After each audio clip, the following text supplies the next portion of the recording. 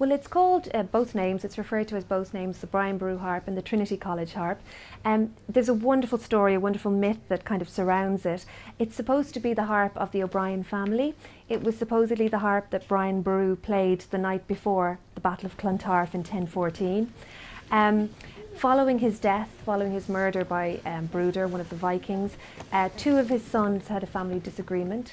It ended up that Donogh, one of the sons, murdered his brother Taig, and as atonement for the murder, he made a pilgrimage to Rome.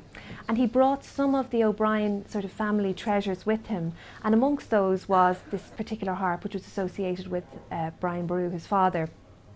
Now, the harp is supposed to have remained in the vaults of the Vatican until it was given by one of the popes to Henry VIII, along with the title Defender of the Faith. He subsequently passed it to the Earl of Clanrickard, and it made its way through various other different channels, eventually making its way into the hands of William Burton Cunningham, who deposited it in Trinity in 1782. Now, the big problem is that the instrument is dated by organologists sometime around the 15th century. At the absolute earliest, it would be the 14th century, so that's a few centuries after Brian Boru and a few centuries after the Battle of Clontarf. So there's no connection. It certainly isn't the instrument that would have been associated with the O'Brien family. But nevertheless, it has a remarkably exciting story accompanying it. And particularly in the late 18th and throughout the 19th century, it became adopted as the icon of various different cultural and political movements.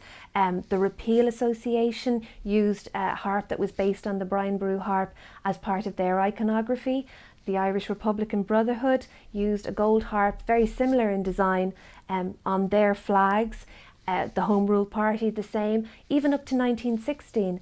A gold harp on a green background, the gold harp being based on the Brian Boru harp, flew from the GPO on Easter Monday 1916, and of course then the instrument was adopted following the foundation of the Free State in 1922 as the national emblem of Ireland. So it has a wonderful history and a wonderful story going with it, but it tends to be called either the Brian Boru harp or the Trinity College harp.